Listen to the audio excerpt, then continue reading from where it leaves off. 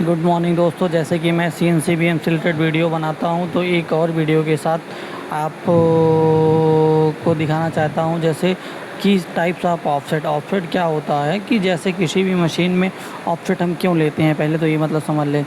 जैसे कि कोई नया वर्क पीस है और 40x100 का है, तो क्या करेंगे, हम मशीन को बताएंगे ना कि ये 40 का डाया है, ये 100 का है। और अगला पीस हमारा 100 इंटू मान लो 50x150 का है, 50 उसका डाया है और टोटल लेंथ क्या है 150 है।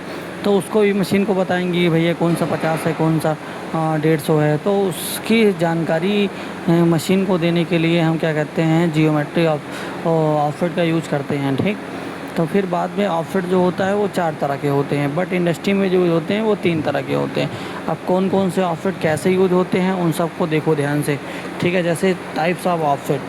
ऑफसेट में सबसे पहले वियर ऑफसेट होता है, जियोमेट्री ऑफसेट होता है, वर्क ऑफसेट होता है, वर्क शिफ्ट ऑफसेट होता है।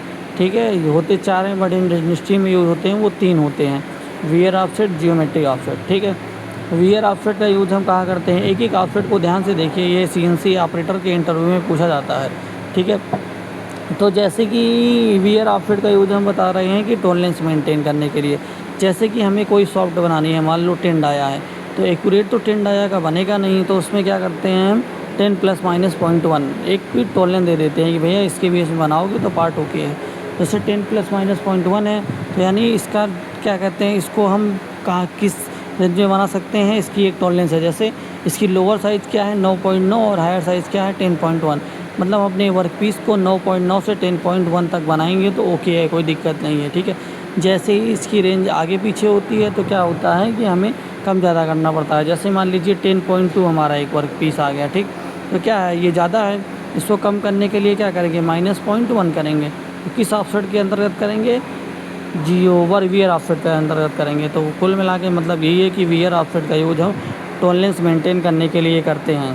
ठीक। अगला होता है जियोमेट्रिक ऑफसेट। जियोमेट्रिक ऑफसेट का यूज करते हैं EMCS से WCS के बीच के डिस्टेंस को मेजरमेंट करने के लिए। मतलब EMCS का मतलब मशीन कोऑर्डिनेट सिस्टम, WCS का मतलब वर्क पीस कोऑर्डिनेट सिस्टम।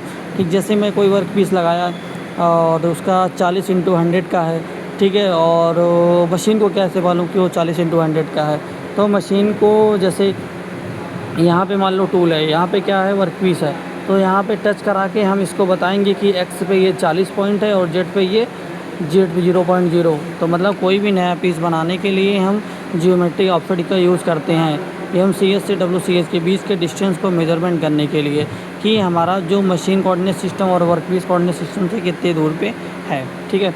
अगला होता है वर्क ऑफसेट। वर्क ऑफसेट क्या होता है, ऑल टूल शिफ्ट। जैसे हमारे किसी एक पार्ट पे 3 टूल काम कर रहे हैं, मतलब ड्रिलिंग भी हो रही है, बोरिंग भी हो रही है और ग्रूविंग भी हो रही है, तो तीनों टूलों को अगर जेड में शिफ्ट करना हो तो वर्क ऑफसेट का यूज़ करते हैं। तो वर्क ऑफसेट में सभी टूलों को शिफ्ट किया जाता है। वर्क शिफ्ट ऑफसेट का यूज़ नहीं करते हैं, क्योंकि माइनस देना होता है तो प्लस करते थे, प्लस देना होता है तो माइनस करते हैं। वही चीज़ मैंने लिख भी दिया है, जैसे आप देख सकते हो। वियर ऑफसेट का यूज़ हम टॉलरेंस मेंटेन करने के लिए करते हैं। जियोमेट्री ऑफसेट का यूज़ EMCS से WCS के बीच के डिस्टेंस को मेजरमेंट करने के लिए करते हैं। वर्क ऑफसेट का यूज़ सभी टूलों को शिफ्ट करने के लिए करते हैं। वर्क शिफ्ट ऑफसेट का यूज़ नहीं करते हैं। ठीक।